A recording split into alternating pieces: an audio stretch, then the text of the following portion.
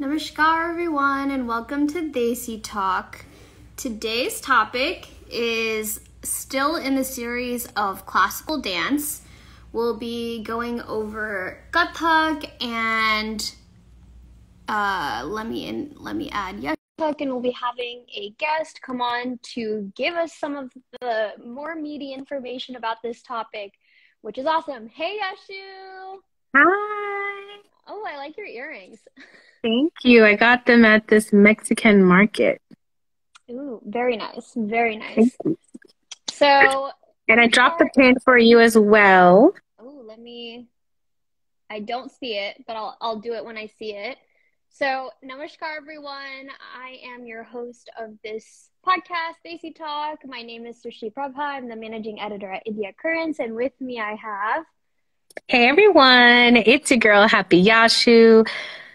I am so excited to be here for today's episode. And as Srishti had mentioned, we are continuing the conversation on cultural heritage of dance, music, and all of that, cultural arts, as Srishti coined the term. Super excited to continue the conversation. I feel like we both kind of connect to that conversation a lot. And I know today's guest is super special. So I'm very excited. Yes, she is super special. I did not see the pin in the chat, Yashu. So if you can put that in so people can, as they filter in, find out what we'll be talking about today, that'll be great. So the person that's our guest today is super, super special because she is actually my teacher. So I convinced her to come. Yes, it's great. It's actually a pleasure and a treasure to have her be my teacher. Her name is Moraga. She began dancing at a very young age, but it wasn't until she serendipitously found the study of Kathak at SFSU with Pandit Chitresh that she found her calling in 1992. She joined the Chitresh company in 1996 and has been featured as a principal dancer in many of his acclaimed works. Srishti has dedicated her life to educating people about Kathak, both as a performer, choreographer, and teacher.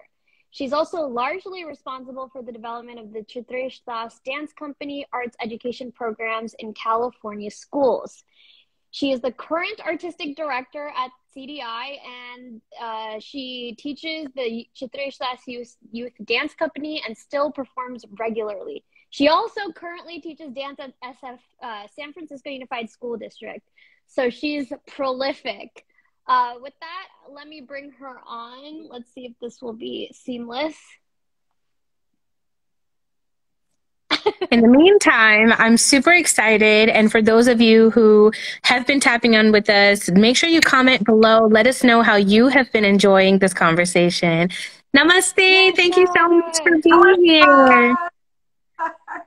So nice to meet you. Thank you. Thank you. The pleasure is ours. We are so excited and honored to have you come on board on Desi Talk and tell us all about you and your journey and Chitresh Das Institute. Super excited. I love how sparkly you are. I love it. That's a filter. So, talking a little bit about Kathak, I know your journey has been, so there's been so much involved in it. So give us a little background about you, how you found Kathak. Yashu, do you have any extra questions to add to that? You know how I do. You know I always ask questions in pairs and everything. But yes, my question is why and how Kathak, and, just honestly how your journey started. Okay, so how did my journey start? Well, so going back to my childhood of growing up in Miami and surrounded by music and culture and always wanting to learn flamenco my whole life. So from a young age, I started dance, but ballet and tap and blah, blah, blah, blah, blah, all that sort of stuff. So when I went to San Francisco State University, I saw that they had a flamenco class with Rosa Montoya, who is the niece of Carlos Montoya, very, very famous flamenco guitarist. who I had heard of and listened to and all that sort of stuff.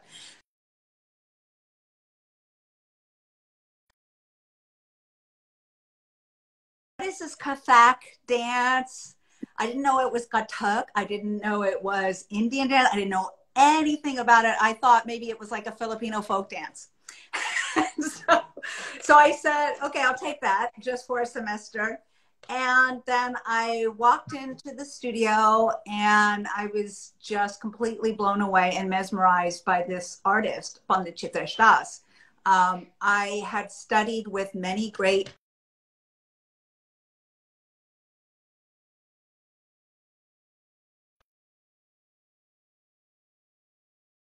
and I was like, I don't care what he's teaching, I have to learn it.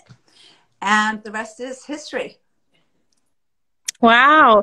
And that was actually one of the things I wanted to ask, like, do you have experience in other forms of dance? So clearly you ballet, flamenco, all of that. So for you, what made Kathak so special? Well, the kind of artist that he was brilliant because he was obviously an incredible master of his art form, but he was completely 100% in the moment. And everything he did just was really stunning and spoke to you as being so true. It's just being really true. It's like, that's the way it has to be. It can't be any other way. And that sort of, that sort of mesmerized me. And then he was also the kind of guru or the kind of teacher that would push you to the point of you were doing things you didn't realize you could do, right? And no matter who you are, he would convince you that Kathak is the most amazing art form. And so he would challenge me, and because I had a dance background, he would say, okay, do the spins like this, and then I would do like 3 spins in a row, and he'd be like, okay. And so he would say, okay, now do it faster or something like that. So it was this sort of relationship where he would challenge me and I would meet the challenge. He would challenge me and I'd meet the challenge. There was no end to that. In fact, when the course was over at San Francisco State University, he taught in the Guru Shishya Parampara at the Cultural Integration Fellowship, which was one of the first ashrams founded by Sri Aurobindo, the Sri Aurobindo ashram in San Francisco way back in the 40s and 50s. So he taught there for a very long time, I think from 70s. And he asked me to come to that class. And I was like, okay, I'll do this for another year. And then the same thing, he would give me opportunities and, and then he's like, okay, would you like to perform? And after 6 months, I performed on the stage. It's like, you have to get Gungru. Do you want to have a Gungru ceremony? I was like, no, that's okay. So kind of very hesitant for like years and years and years, and it would keep giving me these opportunities. And before you know it, 10 years later, I'm performing all over the whole world, and I've achieved a level of mastery that I'm still obviously achieving. In the classical arts, you never get to a point where you're done, right? I would say, but I had achieved a level. I looked around, I'm like, oh, okay, I guess I'm here. And so I just fell in love, became obsessed.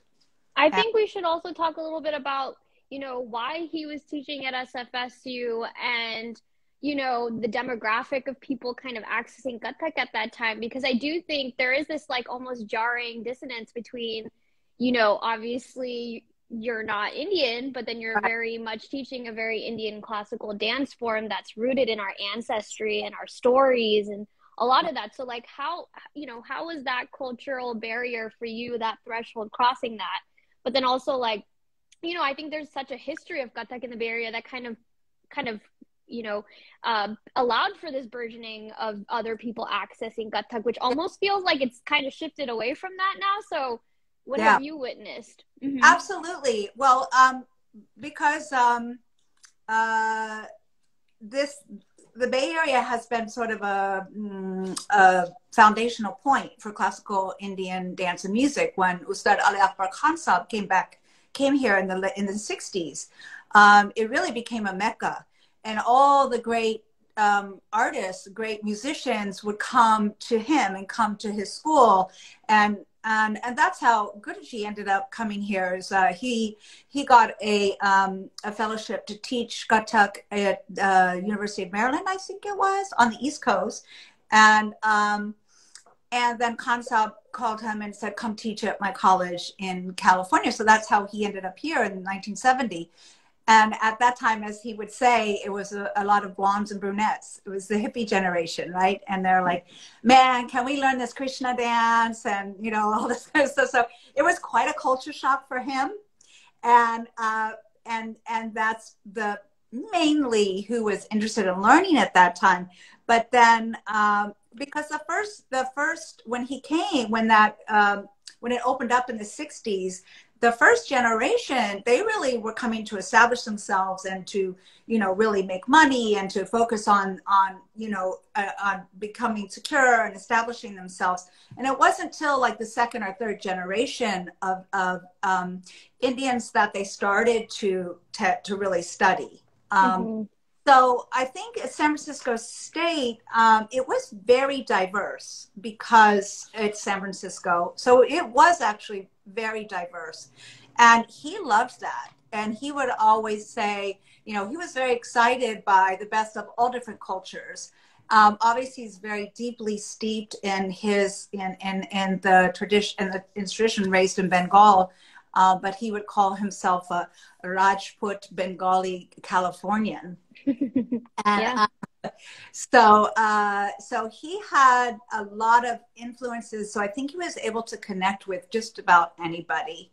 And he was also an incredible storyteller. And so I think you asked something else that I was going to address about, what was it? Well, it was like, how do you feel like you've kind of confronted the cultural barriers? Because I'm sure you get asked this question, right? Like, you're doing something that's so deeply rooted in our stories. So what do you feel about that? That's a really great question. So for me, the thing that was difficult, so the actual dance, like doing chukkers, was not difficult. I had strong ballet training. I had strong set, you know, and I understood my body very well. I already danced for 20 years before I came to Kathak.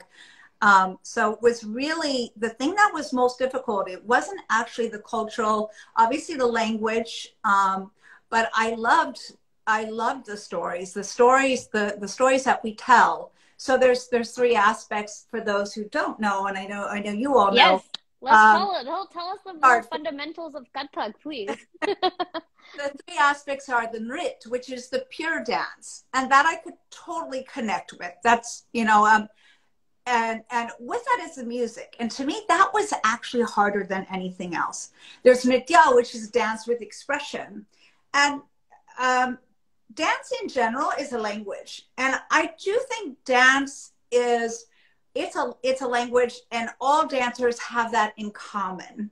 No matter what culture or what kind of dance you dance from, they have the sixth sense of proprioception and this ability not only to that is how authentically they can express themselves through dance, whatever particular kind of dance that is, but it's also how they process the world. It's when I dance, I process things through my dance, right? So it's an intelligence.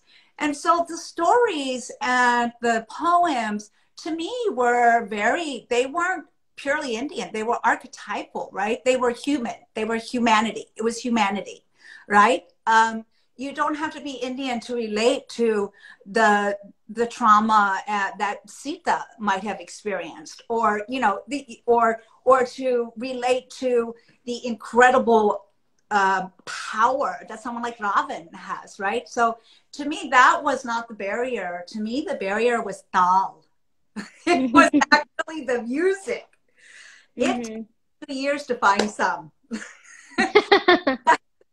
Tal, as you know, is a rhythmic cycle, and Western music is linear. It's linear. It's like, you know, a beat. So you might even have something like a waltz, which is like a Tisra Jati or something like that, but it's linear. So this idea of dal, of coming back to that sum, and every time you hit something is happening that you have to be aware of, was like, that sort of really blew my mind. And that was the biggest barrier.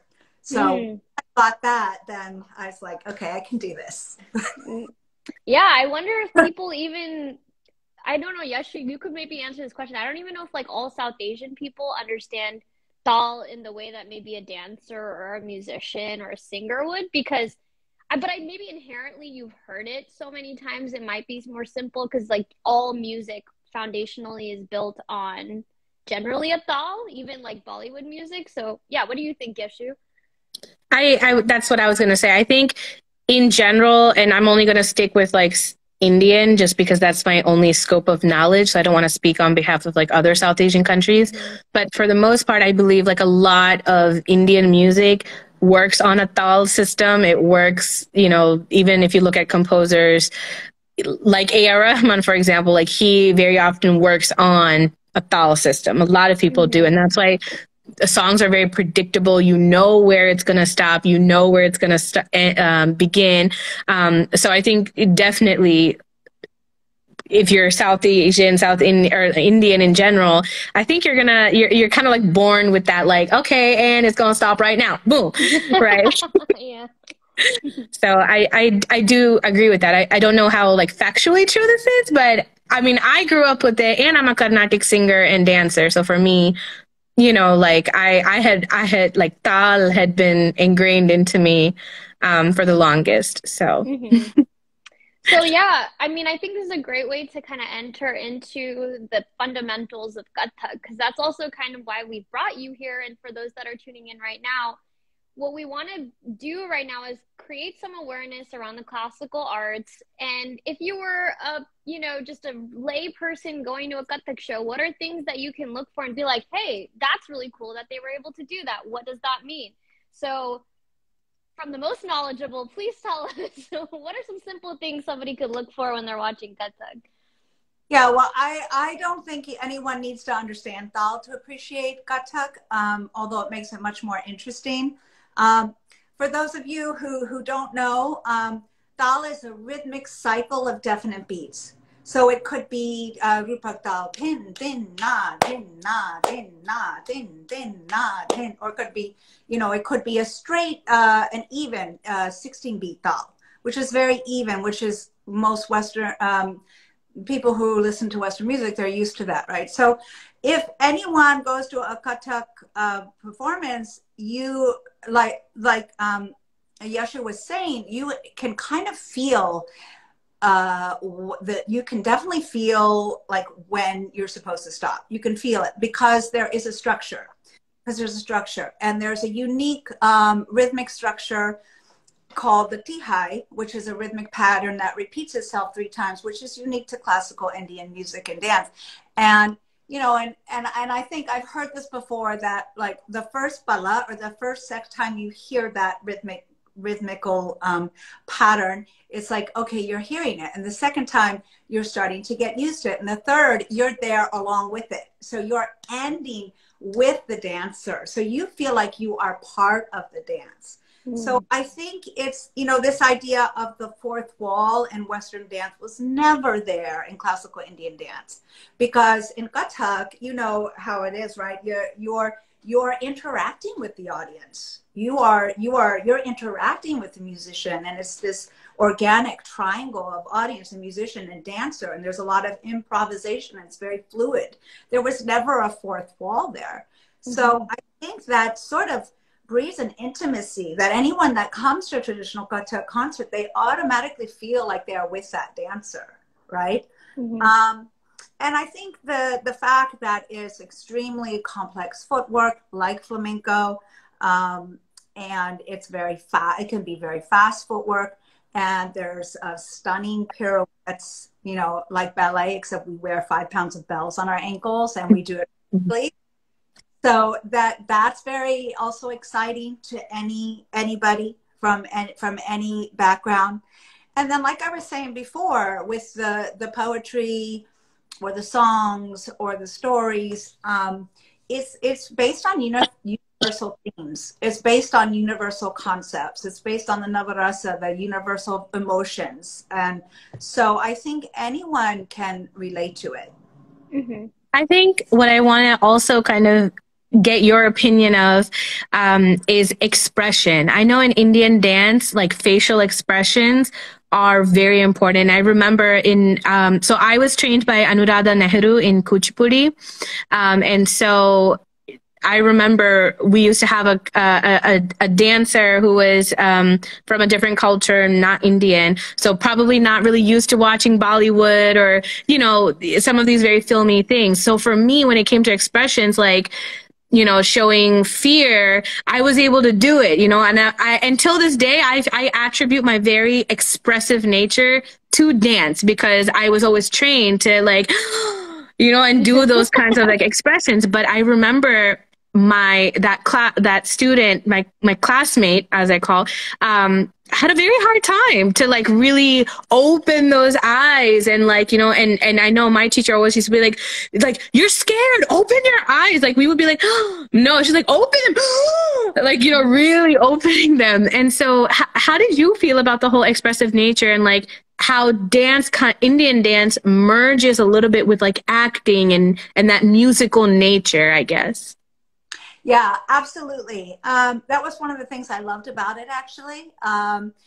In ballet, there is storytelling as well, although it's not as, there's not as much abhinaya. There's not the bhava and anubhava and the subtlety of the actual expression when you're using the eyes and the eyebrows and the neck and just, you know, these kinds of different parts of the face. The thing about my Guruji is he was incredible in his expression and his abhinaya. So I learned a lot from that. And then, of course, you know, the old films, not the new Bollywood films, the old ones. Pakiza. I knew you were going to say Pakiza. That's the OG. Oh, I learned so much from that. And one of my favorite, like Chalsagar, like Roshan Kumari's, her little Lachak, you know, Chirchar, the Radha and Krishna Chirchar in Jalsagar by Chitresh. I mean, that's one of my favorite scenes. Mm-hmm. So those, of course, watching those old films, I learned a lot from that too, to get a little more of the aesthetic, especially with the Shringara aspect, you know, especially that. As far as, you know, Bhayankar and fear and disgust and all that kind of stuff, that's much more kind of universally. But definitely with the Shringara, there's a very particular aesthetic. What is Shringara for those who don't know? Love. And it could be the various shades of love. It could be sensual, erotic, or it could just be very platonic. There's just so much different shades and anubhavas within the different rasas. So that is very nuanced. I mean, especially in Kathak, where Tumri is such a big part of it, and there's 50 million different ways to interpret one line, you have to really have that vocabulary. So I think watching Indian women in India and those old films definitely helped. Yeah. Mm-hmm. Very nice. So I think we've covered, you know, you said a little bit about Dal, you said a little bit about Abhinaya and Pal, and we've talked a little bit about Nrit and Nritya. So maybe we can go into what are your philosophical ideologies when you're teaching Kathak. What are things that you want to focus on? What are things that you want your students to embody? And what is it that you really want to portray out into the world with the work that you put out? Yeah, I mean, I just, my Guruji was a very one of a kind from a bygone era. He would call himself a dinosaur and a T-Rex, not a brontosaurus, T-Rex. So when you have such a guru as that, it's a very special thing. And for me, and I got so much. I was given so many gifts and I was given so much that to not be able to pass it on and to not share it with the world and not to pass it on to the next generation would just be, you know, it would be a crime. So that to me, I feel like it's my duty. it's also my honor. It's also my honor that I was given this gift, and now it's time. I need to pass it on. And so I really, follow my Guruji's philosophy in terms of, there's tayari, laikari, khubsurati and nazakat, right? So tayari is the readiness of the dance and the technique and the vocabulary. And then laikari is the ability to play with rhythm, to understand rhythm, because the dancer is a musician. We wear bells on our ankles. So first and foremost, we're a musician. We're a rhythmic instrument. So those two things have to come first. And then like a mature aged cheese or a fine wine comes khubsurti and nazakat, which is the beauty and the delicacy. And that you can say, oh, you can't do this until you achieve that sort of delicate thing, but that may take decades. So it's like pushing that tayari, pushing that laikari is the foundational vocabulary. Have that, everything else will come. And you can also develop a unique style and a unique voice. So I think that's where, what comes foundationally first for me. And then I really like to tell stories. I mean, we all do, right? You guys you're dancers, so you know that. And so I think, that comes. It's not like, okay, you learn how to tell stories. You learn how to tell a story by telling a story, right? Like you can learn to dance, you can learn Kathakar, you can learn chakra, you can learn all that stuff without actually performing. But you don't really learn how to tell a story until you tell a story, until you're interacting with the person and you see how they respond. You're like, oh, they're not getting it. I need to do it this way. You know what I mean? So that's kind of that's a process where, and in Kathak, unlike many of the other classical art forms, like Kathakali, they have hundreds and hundreds and hundreds of different mudras, different hand positions, which have meanings. It's literally like a sign language, right? Bharatanatyam, I think it's like 200 mudras in the vocabulary. Kathak, we only have maybe a dozen.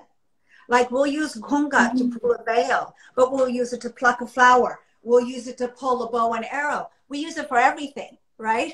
So our abhinaya, our expression, and our storytelling is much more embodied in the entire body rather than a hastak or just the eye expression. It's the entire body, which to me is very similar to my dance training in ballet as well. Use your whole body to convey an emotion or to convey a story. So I think it's a more naturalistic in that way. And the different gurus will interpret how you would show something in different ways. It's not as codified also as like Bharatanatyam or Kathakali or other classical Indian dances. Yeah. I feel like even in class, like between sometimes what you're teaching and another person teaching and then what Dadaji taught, there'll be like just so many different versions of the same thing. So you see it kind of just like filtering down and everyone having their own style, which I think is kind of super beautiful and important to have in Kathak, is like having your own unique vision of how you want to portray something. Because I know for a fact that the way that I portray something, like even fear, Yashu will be so different than you. Like I won't go like, I might just go like, oh, like I might not be as dramatic because that's not me, so that like being able to like do it in the way that you feel most comfortable, I think has always been my favorite part of Kathak. The one thing I really do want to focus on, and then Yashu, you should ask a question because I have so many questions, is that, like even just your works that you're putting out into the world. So like, for example, I'll let you tell about Mantram, and then also like the one we did prior to that, which like was both of them have been very heavily related to the environment, like where you're pulling these stories, because they're not just coming from anywhere. And like, what is it that, how are you envisioning Kathak for the future? Because I see it in your works and I want you to kind of vocalize, what is that? Yeah. Well, I don't know how long we have. It's a long, long story. So the thing is, as you know, as you've said, Kathak comes from the word Katha, meaning to tell stories. A Kathaka is a storyteller, right? So ultimately, we are telling stories. And as an artist, you're telling a story no matter whether it's dance or anything. That's why you are an artist, is because you have something to say. You have, and so I feel like there's there's your craft, where you're constantly trying to hone your physicality and your connection with the music. And that's very important, and that's something we love.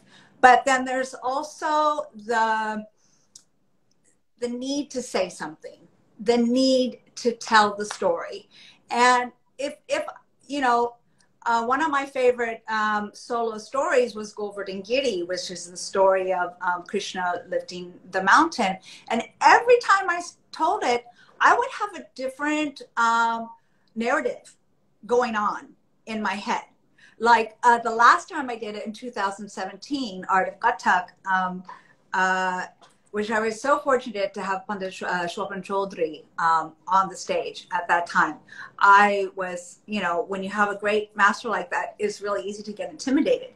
So I had to be like, get really deep into the narrative, right? I had to like lose myself in the character.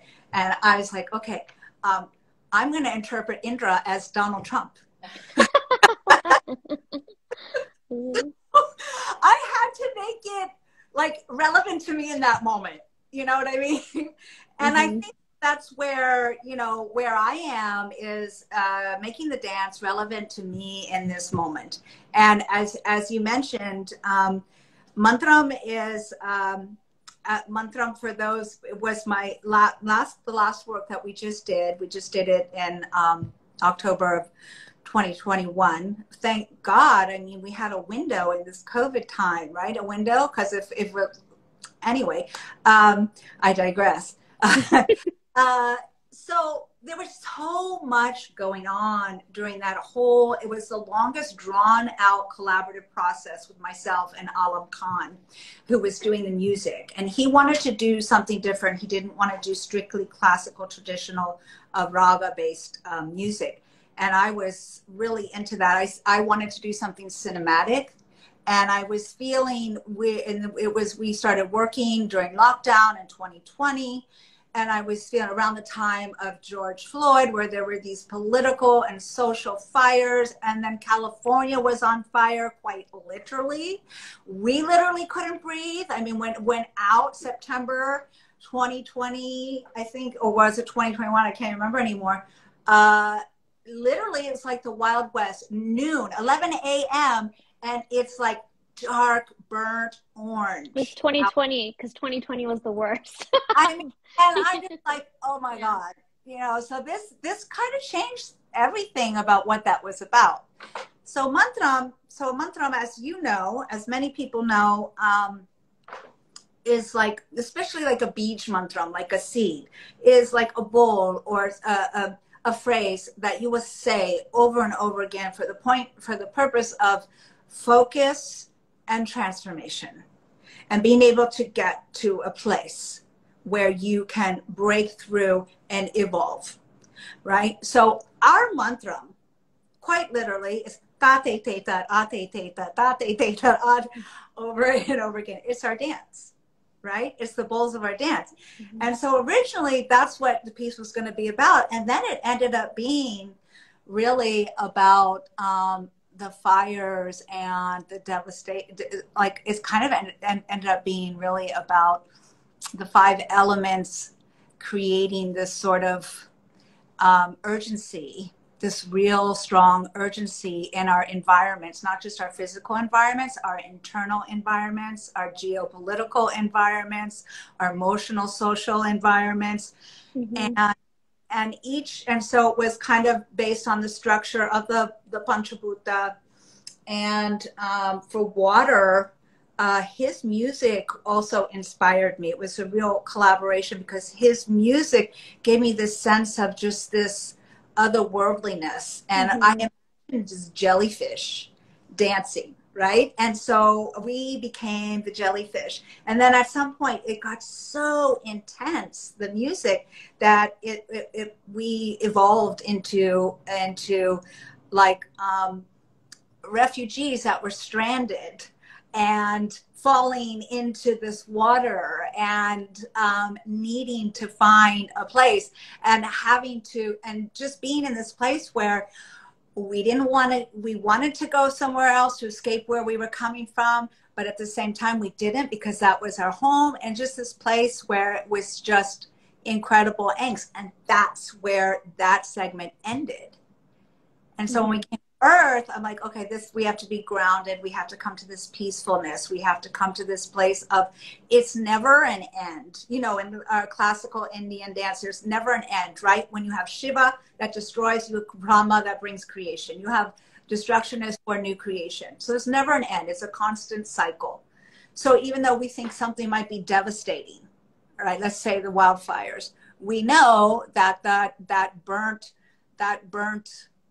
land is going to grow from it, is going to grow, have new growth, is going to have greenery and new growth, right?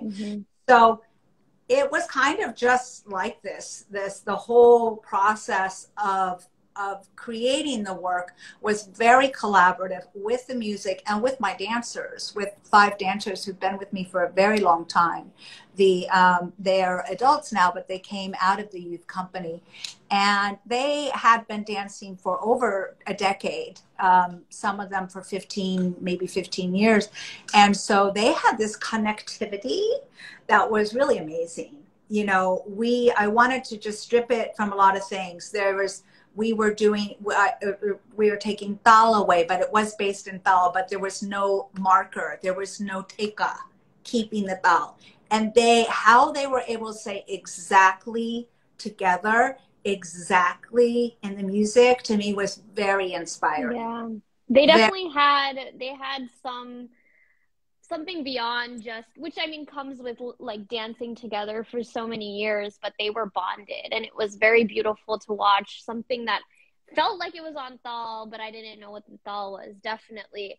Yashu, do you want to ask one more question, and maybe Yes, and I actually want to ask kind of a fun question, and I should have asked this question on our previous episodes, but of course, and Srishti, I wanna hear your answer to this as well. Okay. So those of you who may already be dancers, and those of you who may not be dancers, one of the most important parts, of course, is the performances, right? The performances, the stage performances, and I would have to say that every dancer can relate to the backstage chaos, right? Like we all know that backstage chaos, from like the makeup to getting the dress to someone needing extra clothespin to pin something together. Like we've all been there, right? So I want to know, what is your favorite part of getting this performance together / the performance happening / like right after it? So the before, the during, the after, kind of in all of that mix, what do you love about the performance? And then also, what stresses you out? What is the thing that stresses you out when you've got performance day? And Srishti, I want you to answer this. I want you to answer this too. We'll start with Charlotte B. What is it for you? I want to go first. You want me to go first? Okay, I know you've been talking for a minute. Maybe I can go first. So for me, in terms of like what I love, I think this is going to be a little bit deeper than the answer that you wanted. But I used to be the dancer that everyone was putting shit on, you know, like they were like, okay, like you have to change your costume. Now you have to do this and this and that. And it's like, oh, okay, like whatever, like everyone's taking care of me. I'm just having to deal with making sure that I'm ready. And now I actually find myself being the one helping other people and not so much the one that people are taking care of. And I really love that that's kind of the community that you get from Kathak and you get from like all these dances, is that at one point you're the person being taken care of, and then at some point you transition to being someone that, like, you know, it's weird, I'm not that old, but I feel older and I feel like, okay, I'll help them, I'll take care of them, I'll give them that extra pin, hopefully I'm more prepared than they are. So that's something that I've really loved, seeing myself almost grow and become that. And then what I hate is the anxiety. I can feel it palpitating on every corner. Everyone is stressed, and I'm like, everybody, I need to take a step into another room and like be by myself, because I'm definitely an empathetic person. So if I feel that energy around me is stressful, then I get stressed out. So I don't know, is that like a good answer for you, Yashu? Yeah, no, for sure, for sure. Yeah. So yeah, I would say all of it. So I love all of it, and I'm stressed by all of it as well. I think when I get into the theater, I like to be one of the first persons in the theater. First thing I do when I get into the theater is I just go to the stage, I touch the stage, and I just feel the space. And I'm just like, this is my home right now, and I just feel the space. And then I like to just walk around the stage. I just like to feel the space and be in the moment. And so I think because I have so many roles, I'm directing, I'm also sometimes performing, I'm, setting up props, I'm doing an interview, I'm talking to the lighting designer, there's just so many things. It's one thing after another, after another, another. And so I'm super busy. So I'm almost like too busy to get too stressed out. So if I don't get there, if I don't get there like early and center myself in the space, then I feel really stressed. Mm-hmm. So once I center myself in the space, I'm like, okay, go time. Let's just do what has to be done. And then when I get on the stage, I completely lose myself. I completely just melt into whatever is happening on the stage. And that to me is the happiest place in a different way, because I'm not me. I've transcended everything. And that's what I love about performing. So, but I also really happy watching my students perform and watching a show go on, but it's a different kind of happiness. So it's really hard to say that's my favorite, that's not my favorite, but I think it's all stressful. Yashu, you have one? I would say for me, the most stressful part, I feel like we've all done this before. So I used to hate like having to like dance with a group. Not hate, I think hate's a strong word, but like when you know that there's other people with you. So like if you mess up, everyone's going to know because there's like 3 other people doing the same thing. So right before we get on the stage, we're like lined up behind the curtain and you see everyone going, yeah. like they're like mini practicing and you're standing there like, okay. Yeah. I don't want to look at that. Yeah, just like you need to take a step back before you have to. That's a big thing, grounding yourself before you dance and not going like this right before you forget everything. And I love what G had just said, because I can totally resonate with that. And I feel so much peace when I'm in that space, and I can actually visualize the space and I can see, okay, this is how it's going to be. And I know that this is how I'm going to flow. So for me, when it came to dancing, like with other people versus me alone on the stage, for some reason, when I'm alone, I could be as expressive as I want to. Yeah. I can open my eyes more and do what I need to do. But I felt like in a group, I didn't have that much freedom. I don't know why that was the case, but that's how I felt. So that would definitely be one. It's true, because you feel the need to like conform to what everybody else is kind of doing, right? So you don't feel like you can be yourself exactly, probably. Right. Yeah. Probably. And I think that's probably what it was. So I definitely like that part was definitely stressful. And for me, what I truly enjoyed on the stage, or like just throughout the whole process, was like the minute we're done and we're just like, when you're exiting off of the stage, like in whatever way you're exiting off, and you're just like, I just did that, I totally just did that, and then you like walk off the stage. Nice. Yeah. Best feeling ever. That's so true. It's been a minute. So this is a great transition to my last, probably longish question, which is that the pandemic made it really hard for the performing arts. The last few years have been very stressful. As a dancer, I really hate online classes. I'm not gonna lie, it's the worst. I absolutely hate it. And I can see my body doesn't like doing it online either. And so as a teacher and a dancer and a performer, how did you feel? I mean, I know you had to adapt quite a bit because I'm in your classes online, but I know you were resistant. So what did all of it feel like? Was it a lot for you as well? Yeah, I mean, it was a great placeholder. I had always said I'll never teach online until the pandemic happened, and we really didn't have a choice. It was a great placeholder, but yeah, there's no equal. You really can't learn. You can't really fully embody and fully feel and fully experience and fully realize the art form on this little box, this little teeny tiny flat box, right? It's not even real, right? We can pick our angle and we can just stay there. Or I want one of those sparkly filters. I want that. I want to know how to do that.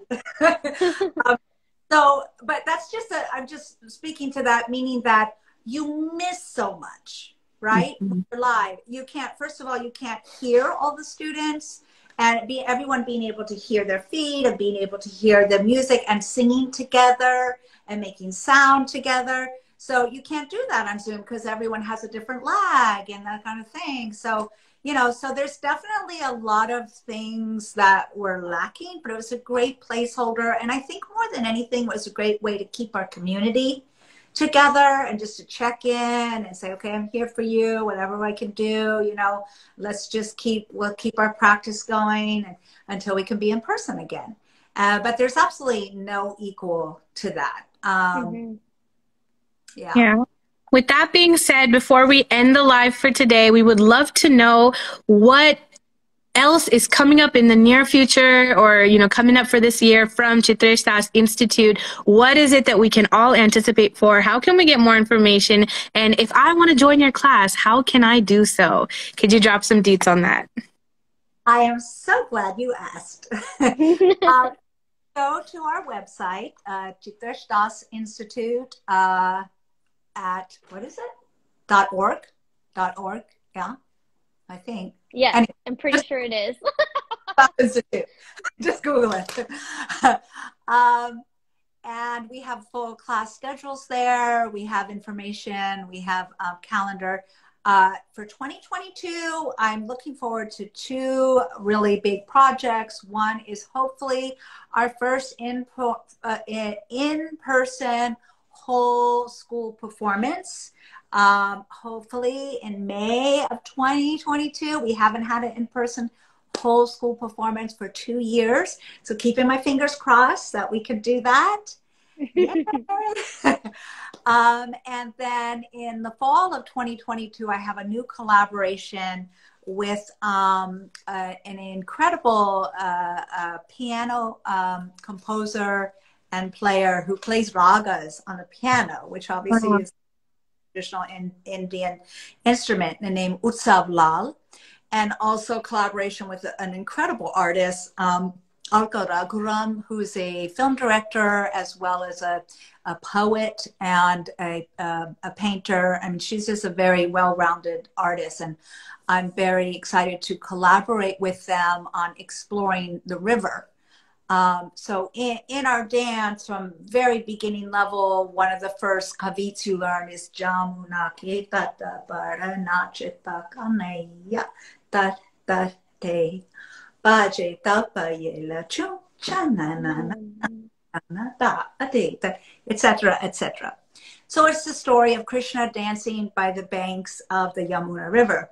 So as you know, or as a lot of people know, we tell in our traditional stories this beautiful pastoral countryside, with the lotus blooming and the cow herds. But if you go to the Yamuna today, especially in Agra or Delhi, it's literally the most polluted river in India. and there's this white foam everywhere. And no, so it's this idea that, you know, trying to go deeper into what the river, and there's so much metaphor in there, because it's not just the geophysical river, the Yamuna River, but it's the river as goddess, river as a transmission of knowledge, river as a flow of trajectory from generation to generation, river as life, as sustenance, as a livelihood, river in peril with the Yamuna tree melting and parts of it being completely dried up, parts of it being the most polluted, and parts of it still what it has been for thousands and thousands of years. Mm-hmm. So how do you tell the story of that river with so much of that? Mm-hmm. So I'm really excited to work with these two artists in collaboration to try and tease out what that story might be. Wow. So exciting. Thank you, Charlotte B. I mean, if anybody watching, like, you can see why I'm taking classes with her, and you can find all that information at chitresh-institute.org, or you can follow them at chitresh-institute and figure out, you know, how to get access to them elsewhere and all these projects that they're doing. And right now, you might actually be in that limited span of time where she's still teaching online and you can still get into classes from far away. So if you're watching this from across the country or in another place, you could possibly still take classes. Thank you so much, Charlotte B. I know you made time for this today, and it's been super enlightening. Yashu, you have any final thoughts? It's been such an honor. It's so amazing to just hear from someone who's not only so knowledgeable, but passionate and stunning in what they do. So thank you so much for being here, sharing your story, sharing your talent with all of us. Well, thank you. It's been a pleasure talking with both of you. Of course. I'll see you in class, Srishti. You will. So she's a wealth of knowledge. It's just an incredible, you know, place to even get to be in her classes and get to hear her talk. So I'm glad that everyone got to hear it today a little bit. And I hope this informed you a little bit more about Kathak and the classical arts, so that you, someone that might not actually want to dance, can go to a show and actually appreciate the small nuances of Kathak that exist. Tune in next week at 6 p.m. for our next thing, which we won't tell you about, so you have to tune in to find out what it is. And thank you so much, everyone, for being online. Namaskar, Charlotte. Namaskar, everybody. Namaskar, Yashu. Bye. Bye.